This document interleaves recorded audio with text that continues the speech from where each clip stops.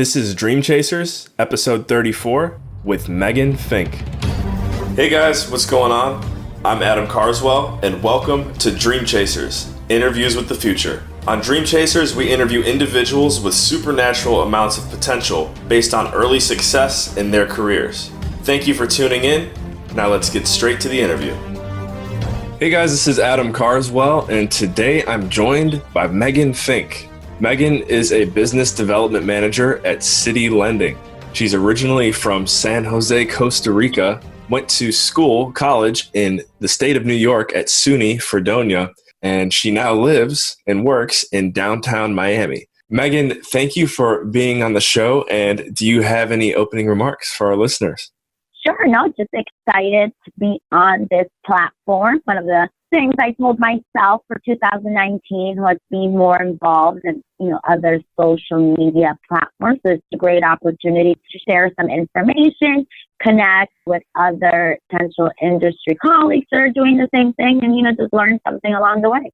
Definitely. And I'd have to say, that's interesting that you made 2019 a year to increase your social media presence, because as far as I can see, as far as I know, you've already done a pretty solid job getting your footprint out there on LinkedIn and other platforms.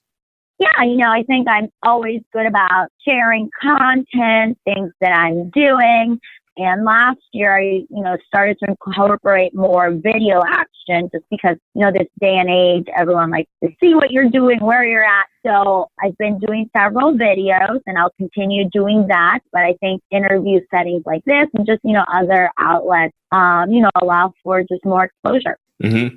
And we also want to give a quick shout out to your friend and colleague, Raquel Boras, because I know we wouldn't have connected if it wasn't for her bright and shining personality on LinkedIn as well. Yes, she's one of my very close peers. Her and I do some of the same stuff. So it's nice to be able to network and mingle with colleagues that you consider friends. Mm-hmm. So Megan, tell us more about City Lending. How long have you been there? Sure. So I'm actually coming up on my 1 year at City Lending. I joined the company because two of the partners are good friends of mine. When they were getting started, I was working at another lender. So we always, are in communication just as far as industry things and whatnot. Last year I had decided that I was moving to Miami. And then, as you start thinking things, you start manifesting them. And my friend, Jorge Campadonico, who's the COO, he and I were having lunch and he was telling me about his company and, all the great stuff that they've been doing, looking to do. And he mentioned that they were licensed in Florida. So to me, that lit a light bulb, and that's how that conversation started. Cool. And when did you realize that working in this industry was something that you wanted to take to the next level? So I had been in mortgage, and then I left mortgage through my career and, talent acquisition.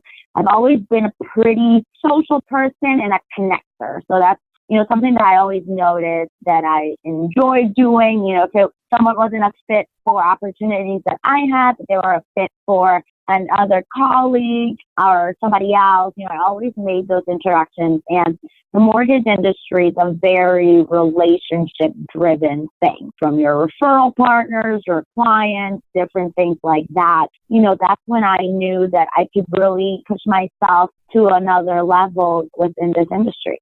And what would you say amongst all of that is your why? What's your driving factor? Why do you wake up every day and do what you do? I think, my why right now is I've been given a great opportunity, the platform to really excel. So for me now, it's kind of like paying it forward for my bosses who gave me an opportunity and, really show them what I can do and contribute to take our company to a higher level. Right. With that being said, what would you say are downsides to being in the industry that you work in? And then, of course, what are also the positives that counteract that? Kind of like I mentioned, a big part of the mortgage industry is relationship building. There's a ton of mortgage companies out there. There's a ton of Megans everywhere. You do business with people you like and trust. So to me, that's a really positive thing because, once you really nature your relationship and walk the talk, when maybe potential downsides where, the rates go up natural things that happen within our industry, not as affected as others may be because you spent the time in planting those seeds and, building those relationships. Interesting. And I guess I should say also, tying into the positives, this is more about you simply being in Miami. I feel like because I follow you on Instagram and Facebook as well, you've fallen in love with your ability to rollerblade on the Miami boardwalks. Yes. I have not done it for a while. And, when I visited Miami, I always saw people South Beach rollerblading. So, I'm really going to start doing that. So now I try to get out there every Sunday with some friends, go to South Beach, rollerblade, and just really spend time outside. That's obviously one of the main attractions here in Miami. Are you going to be in like the next Will Smith music video or something like that?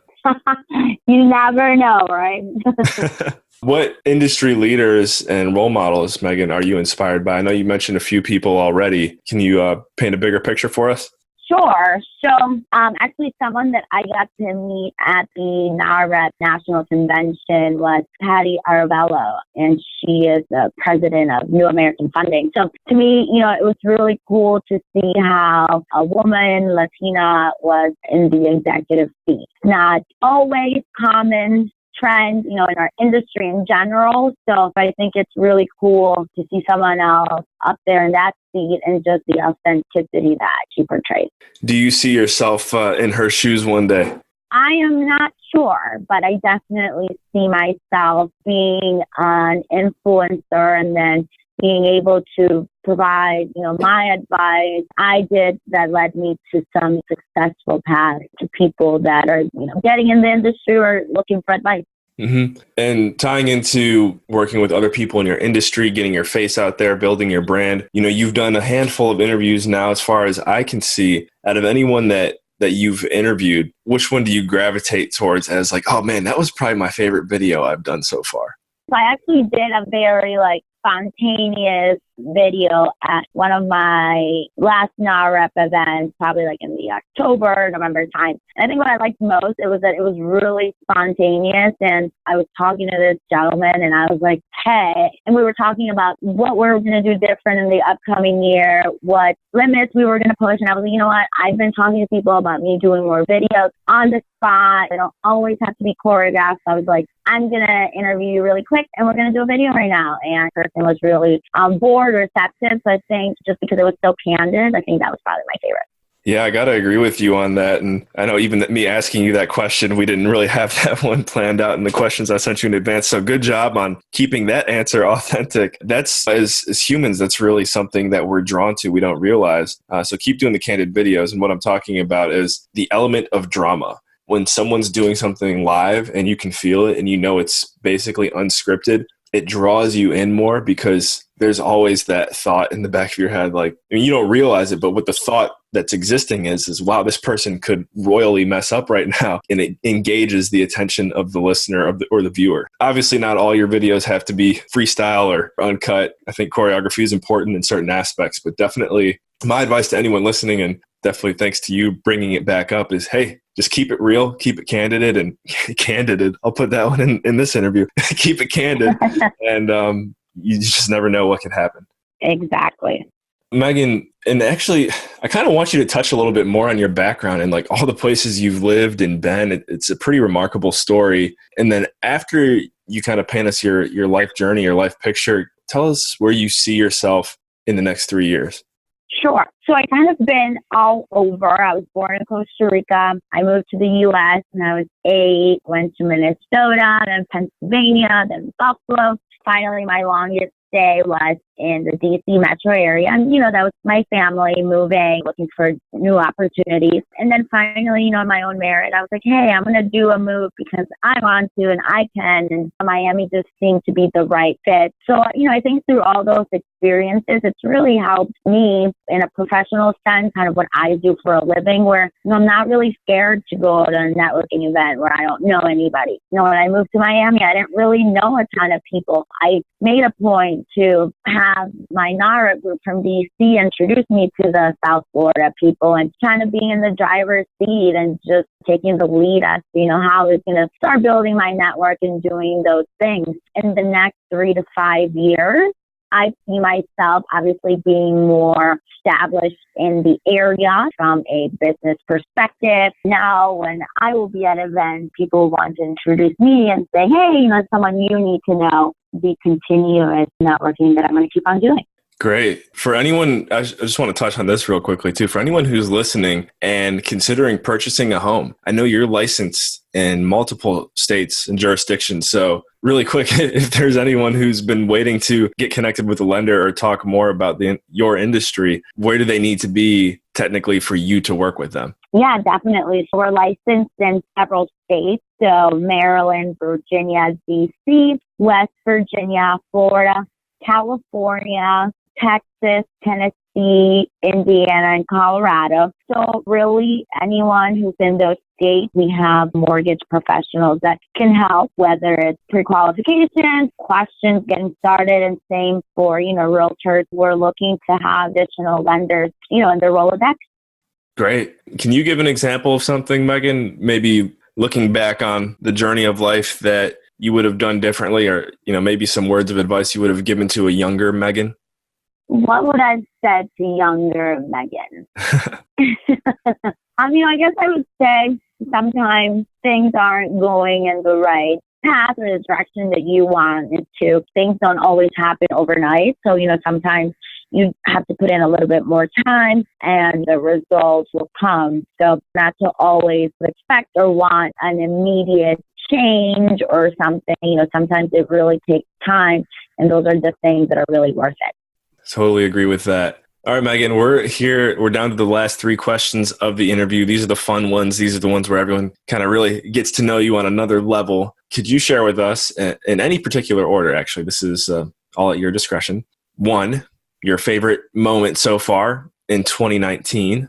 2, your favorite class at Equinox, because I know you live and breathe at that place. I see your posts there all the time as well.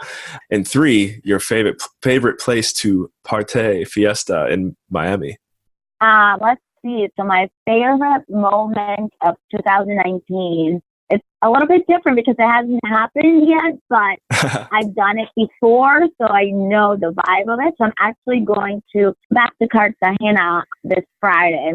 Cartagena, Colombia, and I love that place. So it hasn't happened yet, but that place is so awesome that I know I'm going to have an amazing time. So it's definitely going to be one of my favorite moments coming right up in the next 2 days. Wow. Okay. My favorite class at Equinox, I don't know. There's so many. The reason why I love that gym, just the variety. I guess living in Miami, one of the most popular classes and one of the best, in my opinion, is called the best butt ever. And I'll just leave it at that. But that's very Miami. My favorite place to partay and fiesta in Miami.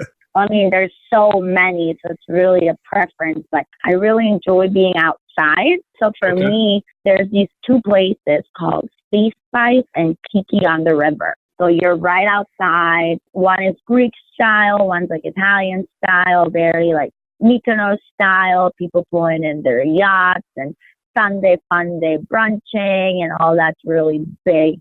So for me, I'd have to say those are probably 2 of my favorite places. Wow. Okay. What were the names of them again? Sea Spice and Kiki on the River. Cool. Thank you. Yeah, I'll have to take a mental note of those places and have to check them out eventually. I've only been to Miami once, and that was about, I don't know. I was in my late teens, I believe. So it'll be a new experience now. Yeah, it'll be a different angle of Miami.